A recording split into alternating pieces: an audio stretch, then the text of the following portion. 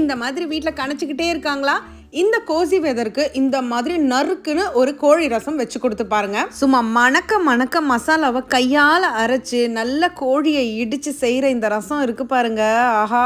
இடிகள் இல்ல mixer jar எது வேணாலும் எடுத்துக்கோங்க. 2 டீஸ்பூன் தனியா, 1 டீஸ்பூன் சீரகம், 1 டீஸ்பூன் சோம்பு, 2 டீஸ்பூன் மிளகு, ஒரே ஒரு காஞ்ச மிளகா, கொஞ்சமா கருவேப்பிலை நல்லா இடிச்சுக்கோங்க. நைஸா பவுடர் ஆக்கிடாதீங்க. இந்த மாதிரி கொரகொரப்பா இருந்தா பரவாயில்ல. அடுத்து ஒரு 15 சின்ன வெங்காயத்தை இடிச்சுக்கோங்க. இடிச்சு அதுல வருது பாத்தீங்களா சாறு, it gives a lot of flavor. அவ்வளவுதான், இதை எடுத்து வச்சுக்கோங்க. அடுத்து 5 பல் பூண்டு, ஒரு விரல் சைஸ் இஞ்சியை இடிச்சுக்கோங்க. இதுக்கு கொஞ்சம் இஞ்சி அதிகமா தான் சேர்த்துக்கணும், ரொம்ப நல்லா இருக்கும். இந்த கோழி ரசத்துக்கு நாட்டுக்கோழி எடுத்தீங்கன்னா தான் ரொம்ப நல்லா இருக்கும். ஆனா நான் இன்னைக்கு பிராய்லர் சிக்கன் தான் எடுத்திருக்கேன். ஒரு 1/4 கிலோ சிக்கன் எடுத்தாலே போதும். நல்லா இந்த மாதிரி தட்டிக்கணும். அண்ட் எலும்புள்ள கறியா எடுத்துக்கோங்க. இந்த மாதிரி இடிச்சு எல்லாத்தையும் ஒண்ணா எடுத்து வச்சுக்கோங்க. இப்ப கடாயில 2 டேபிள் ஸ்பூன் எண்ணெய், 1/2 டீஸ்பூன் கடுகு, சோம்பு, கொஞ்சமா வெந்தயம் சேர்த்துக்கோங்க. இது கூடவே ஒரு கொத்து கருவேப்பிலையும் தூளா கட் பண்ண 2 பச்சை மிளகாயும் சேர்த்து நல்லா வதக்கிடுங்க. அடுத்து நம்ம இடிச்சு வச்சிருக்கிற சின்ன வெங்காயம், அது கூடவே இடிச்சு வச்சிருக்கிற இஞ்சி பூண்டு ரெண்டுத்தையும் நல்லா வதக்கிடுங்க. அடுத்து நம்ம ரெடி பண்ண மசாலாவை உள்ள சேர்த்து 2 நிமிஷம் பரட்டிக்கோங்க. இதுல நம்ம இடிச்சு வச்சிருக்கிற சிக்கனை சேர்த்துக்கோங்க. இதுல 1/2 டீஸ்பூன் மஞ்சத்தூள், 1/2 teaspoon garam masala, 1 table spoon கல்லுப்பு சேர்த்துக்கோங்க.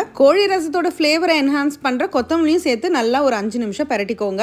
உப்பு நிறைய சேர்த்த மாதிரி தான் இருக்கும். ஆனா நம்ம இதுல ஒரு சொம்பு தண்ணி ஊத்த போறோம். அதுக்கு அது கரெக்டா இருக்கும். தக்காளி நீங்க கடைசியா சேர்த்தீங்கன்னா நல்லா இருக்கும். நம்ம சாப்பிடும் போது 1-2 கிடைக்கும். இது கோழி ரசம்ன்றதுனால 4ல இருந்து 5 கப் தண்ணி தாராளமா ஊத்திக்கலாம். மூடி போட்டு ஒரு 10 நிமிஷம் வேக விடுங்க. ஓபன் பண்ணி ஸ்டவ் ஆஃப் பண்ணிடுங்க. 1/2 டீஸ்பூன் ஃப்ரெஷ்ஷா அரைச்ச மிளகுத்தூள், கை நிறைய கொத்தமல்லி சேர்த்துட்டு நல்லா ஒரு முறை மிக்ஸ் பண்ணிட்டு சுட சுட சர்வ் பண்ணுங்க. கோழி ரசமோ சூப்போ, ஆனா செய்யும் போது மறக்காம ஸ்டவ்வோட சமைக்கும் போது கொஞ்சம் லவ்வோட சமைச்சீங்கன்னா சுமாரா இருக்கிற சமையல் கூட சூப்பரா இருக்கும்.